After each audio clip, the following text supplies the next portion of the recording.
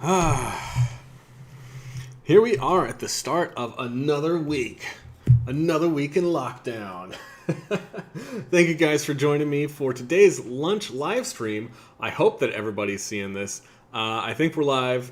It always takes a couple of seconds for the live stream to actually spin up and start going. So I don't know if you guys were watching me just like fiddle around and do nothing for a couple of seconds, or if that cut in like the middle of a sentence. Whatever it is, thank you guys for joining me yet again, where I'm going to be eating this variety cake with 4 varieties of cake. Let's see what we got here. We've got a caramel cake, we've got a red velvet cake, of course, a chocolate cake, and a carrot cake.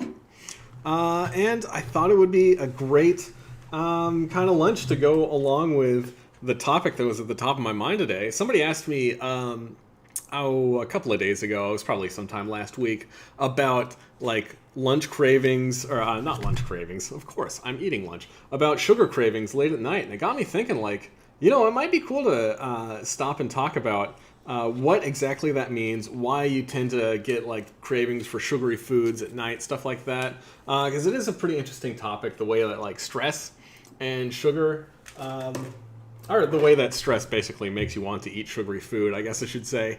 So let's strap in. Before anything else, I'm going to take a couple of bites of this cake. Let's start off with this nice, delicious looking red velvet cake. Red velvet is basically like a chocolate cake that has a bunch of red food dye in it, so it's all red. Oh my goodness. And it usually has like a cream cheese frosting.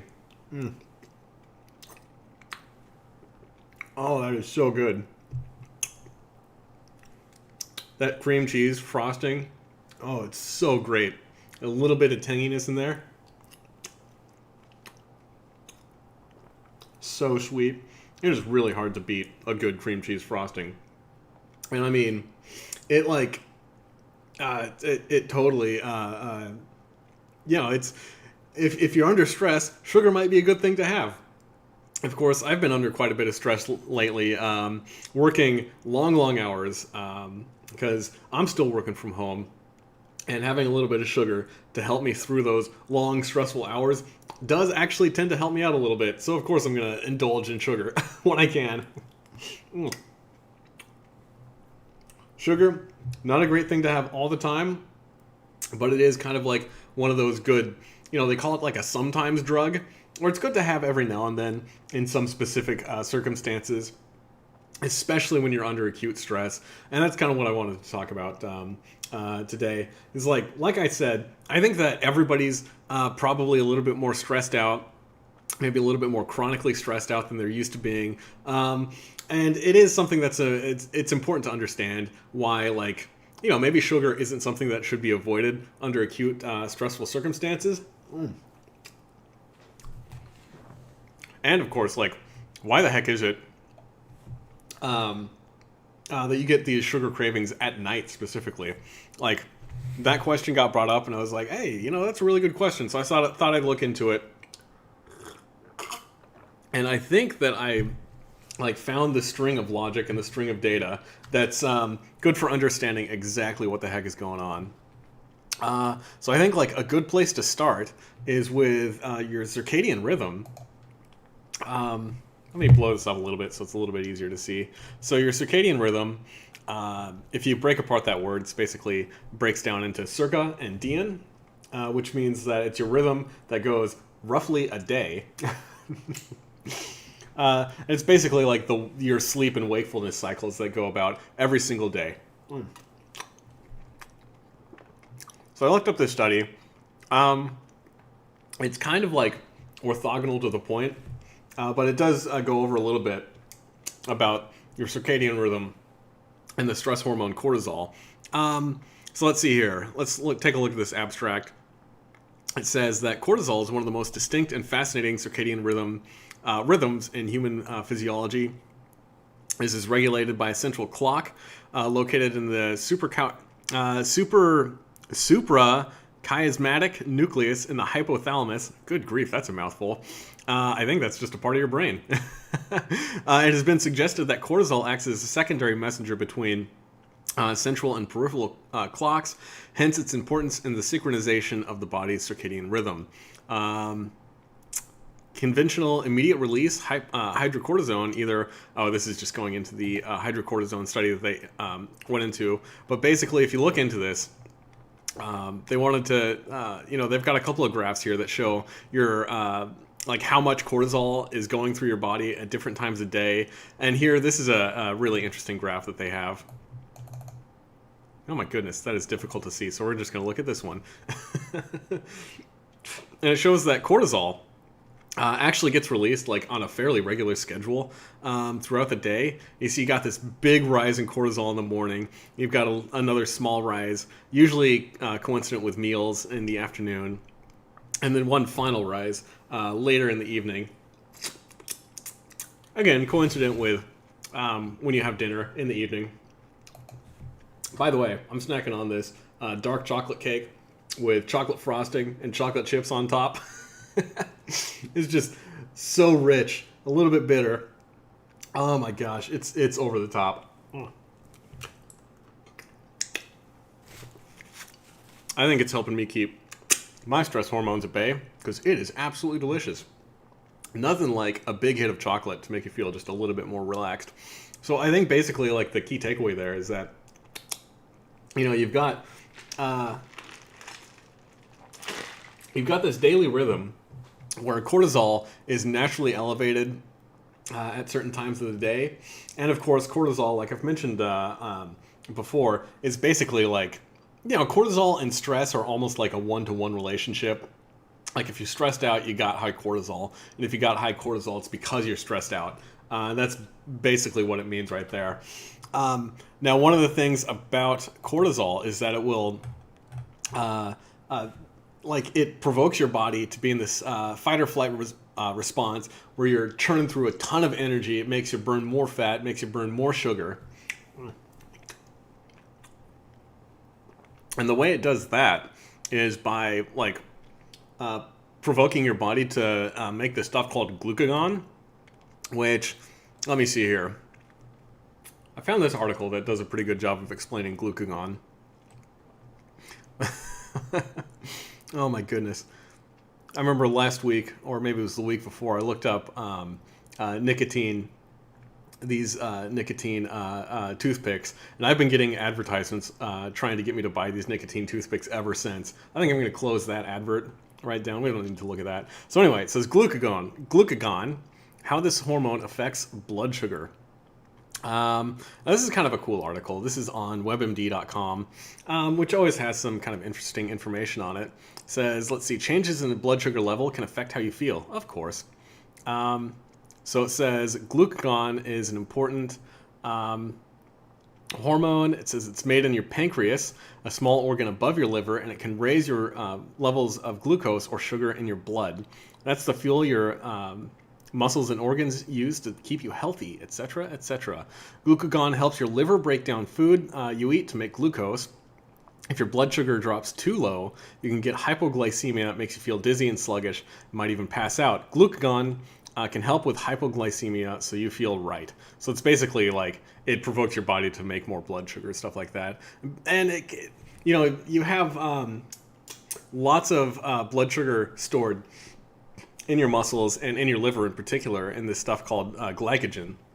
And glucagon, when it's produced, it provokes your body to release some of that stored sugar in your, it opens up your glycogen stores so that it raises your blood sugar, makes you feel a little bit more energetic. Moving on, how glucagon works. I just talked about that. Glucagon and insulin basically says that they're like the opposite. So glucagon puts more energy into your blood system, and insulin does the opposite, takes energy out of your blood system when you don't particularly need it. Say you have too high blood sugar for the demands of the time. Let's see, hypoglycemia refers to blood sugar. I'm reading this bit right here. Blood sugar, hypoglycemia refers to a blood sugar level that's gotten too low. You might have it if you feel you are confused, dizzy, etc., etc., etc. Nothing super interesting there. I think this article mostly talks about hypoglycemia and how it how glucagon, insulin, and diabetes all kind of like interconnect and how they're all related. But basically, like the takeaway from this guy is that glucagon is important and it increases your blood sugar and your yeah, like basically it up regulates the amount of sugar that's circulating in your bloodstream. So when you do get stressed, when you do have this release of cortisol, then it does release glucagon into that. So you get I'm kind of stumbling over my words. Maybe I'm a little bit confused. Maybe I'm a little bit hypoglycemic. So in fact, if I am hypoglycemic and getting confused, I'm going to have some carrot cake. Raise my blood sugar levels up nice and high, so that I can talk coherently. Okay, so anyway, you get stressed, your body releases cortisol. The cortisol then releases this glucagon, which is how it raises your blood sugar to deal with whatever's stressing you out. I mean, it makes sense. Like, if you're under an acute stress, if you're trying to merge onto the highway or something like that is not the time to feel drowsy, dizzy, lightheaded and stuff. That's the time where you want to be hyper-focused. So that's the time where maybe you want a little bit of extra glucose going through your blood so that you got that little extra bit of energy so you're able to really focus on what's going on around you.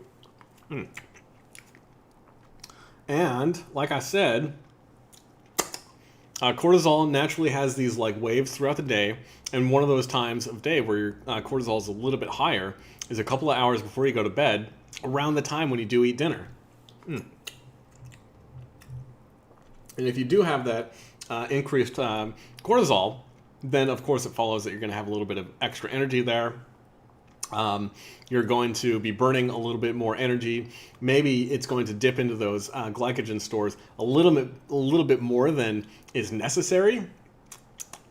So like your body's actually going to be burning through sugar more than it really needs to, unless you happen to be, I don't know, going for a run that evening or working out in the evening or something like that. Maybe in that case, you're like in this energy homeostasis, but more often than not, you probably don't need to be burning that sugar. So as a result, like you go into this state where you're not hypoglycemic because you've got lots of sugar, or I should say you have adequate glucose circulating around your blood. But you eventually that does tend to taper off a little bit. And you are running on basically what's stored in your muscle and in your liver in forms of glycogen. So it's depleting those stores a little bit. And the net result is that like basically it's digging into your glucose stores, which is why you sometimes crave sugar when you're under stress. So it does make sense that if you are super stressed out and have like a legitimate reason to be stressed out, then having a little bit of sugar is actually a good thing to have. So I think that people do vilify sugar a little bit, but if you are stressed out, then trying to avoid sugar, like it might not be the best thing to do. And if you do want to avoid sugar, the number one way to do that, or one of the best ways to do that, I should say, if you are chronically stressed, is to reduce that stress. And that will definitely directly correlate to having fewer of these sugar cravings.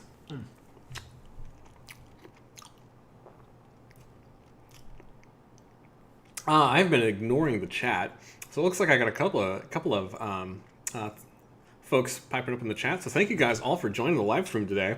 This is one of those subjects that I always think is really, really interesting. I think anything to do with energy metabolism is super fascinating, in my opinion. I'm an endurance athlete, so like learning about energy metabolism and learning how the body burns and utilizes different sources of energy is super fascinating, in my opinion. Like it is bar none the most important thing in endurance sports. And of course, it is the kind of thing that you can like apply to just about anything that's going on in your life. So we've got Eddie Aranda says, "Hello, Steve the Rabbit." Hey, dude, thank you for joining the chat. Chaos, Bearded Gaming, and more. I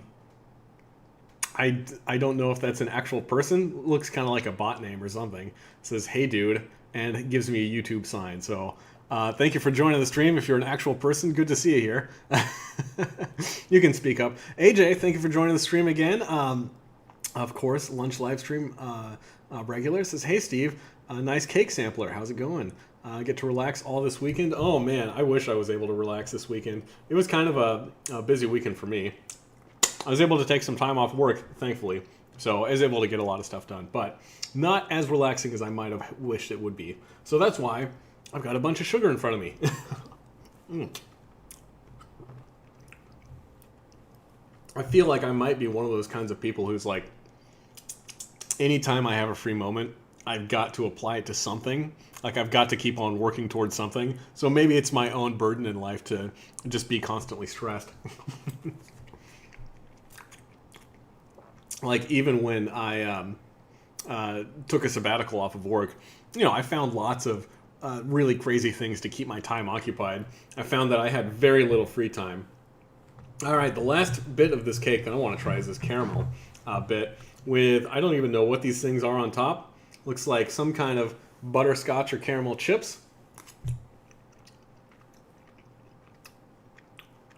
Ooh. Oh, baby. Tastes a little bit like hand soap. Tastes a little bit like chemicals. Oh, man. I think that is some strong artificial flavoring. Yeah, I got that nice tinge of artificialness. Caramel flavoring out of a bottle in the frosting on this guy.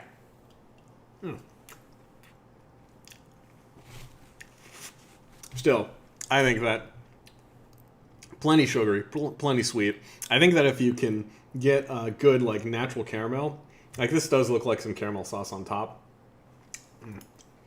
And it's hard to beat that. Like a good salted caramel, but artificial caramel flavor is one of my least favorite. All right, so to round off this little bit about stress and sugar and stuff and glucagon, I think if anybody wants to like learn more about this, the key thing to look into is how glucagon works and how glucagon, like what it does when your body makes it, when it doesn't make it, how your body, like what it does to regulate blood sugar and things along those lines. Glucagon, not a bad thing altogether. It is one of those things that's kind of like, it's bad to have too much of it. I think that applies to just about anything, but in the right circumstances, then having some glucagon, having that extra bit of blood sugar, definitely not a bad thing. So I think when I'm like rock climbing or something like that, and I slip just a little bit and I almost fall, and I get that like, oh God, kind of feeling in my body, that's probably the kind of stress response where it's good to have a little bit of extra energy on board. Oh my gosh. I will say one thing that has been stressing me out lately is it has been so hot where I live lately. I've had a lot of trouble getting to sleep at night. Last night it was 80 degrees in my bedroom, which is just not good. So I think the lack of sleep and the acute stress of being basically overheated all day is getting to me a little bit. All right, moving on. I wanted to look at this last study, which I think brings everything together about glucagon and stress and energy homeostasis. And I feel like this is one of those studies, like I read through almost this entire thing and like it was the perfect study for this thing. So if anybody actually wants to take a look at this themselves, I'm going to stick it in the chat. This is the study. And we'll go ahead and stick it in the description so anybody can look into it. What is this? An NCBI study on glucagon and stress.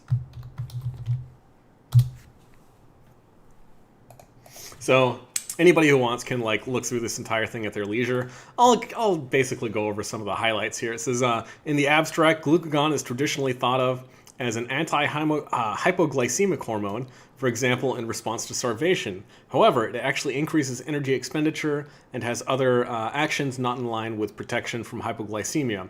Furthermore, it is often found to be elevated when glucose is also raised. Hint, hint, I think one leads to the other. for these circumstances of psychological or metabolic stress. These findings seem to be more in keeping with glucagon having a result as a hormone enhancing a response to stress.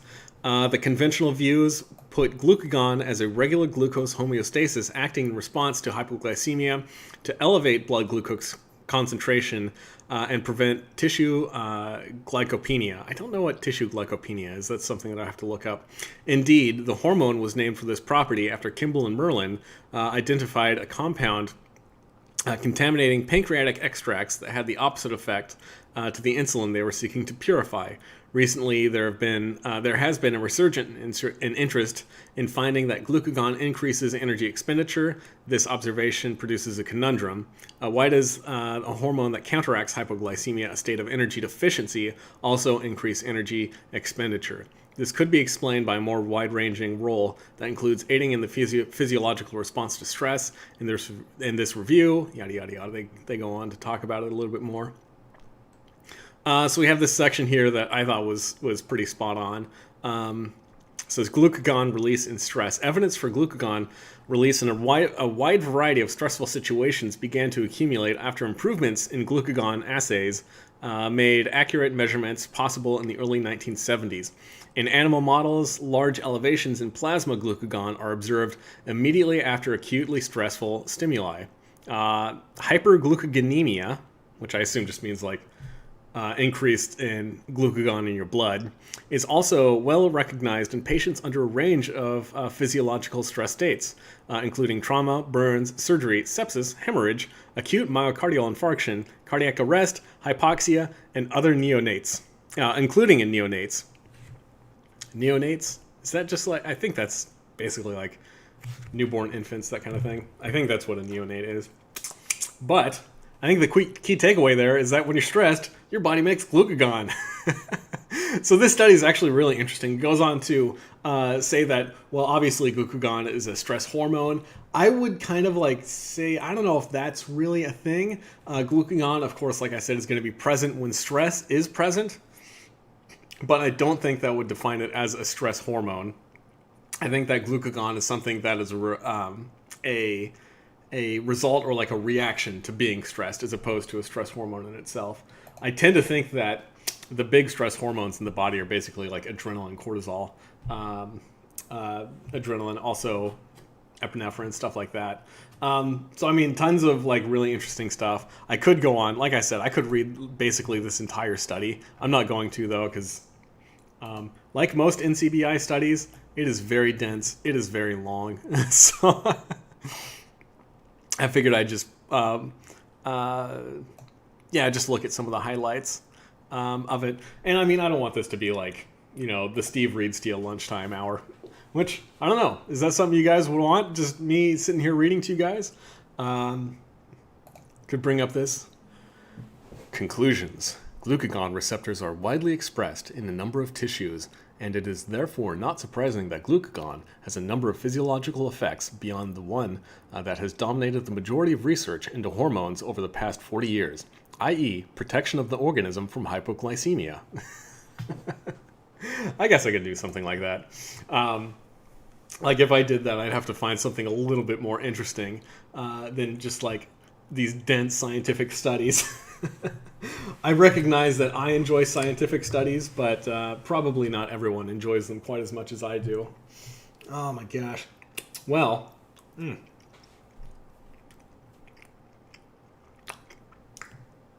I am enjoying this cake way more than I probably should, which obviously means that I'm stressed out. I have lots of glucagon, and it's burning through my glucose, my blood sugar.